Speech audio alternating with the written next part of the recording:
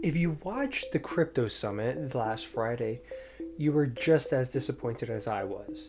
Why? In this video, we're going to go in depth on what happened, what went wrong, what went right. Now, before I go any further, I am not a financial advisor for you to buy, hold, or sell anything. In the last video pertaining Bitcoin and the major news event, which was the crypto summit, I had mentioned that we must hear that the US is buying Bitcoin. Now, I put an ancillary number of about 5 billion, over 5 billion, and we didn't get that. Why? What happened? If you didn't already know, we're going to make it very easy.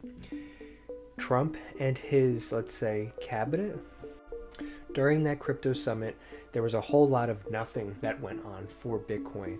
And we did not hear that United States is aggressively buying Bitcoin. It was only using other sources that were, let's say, free, meaning confiscated crypto, illegal crypto, meaning that crypto that was fraudulent, that was then taken by the US.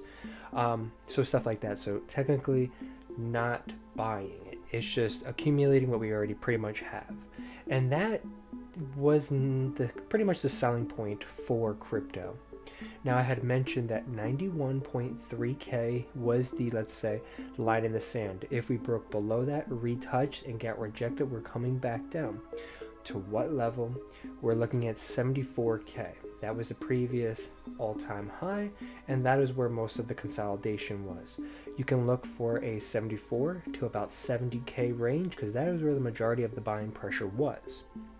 Now, we're also currently, if you notice, I haven't been showing my, let's say, drawn out charts because with such bad news catalyst, and not just bad news catalyst, but we are technically in a news driven market.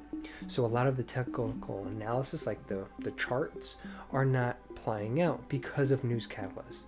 Some days we have terrible news on top of terrible news and just dropping, and then some days we have like pause on tariffs and it just pops up. Or Jerome Powell's on Friday was slightly dovish, and the job data came out on Friday that was actually bullish. So we're getting a lot of mixed views, and it's a very confusing time. Again, this is not for you to buy, hold, or sell anything, but at this moment, I am cash heavy and just taking small scalp trades. That's probably the best thing at this point.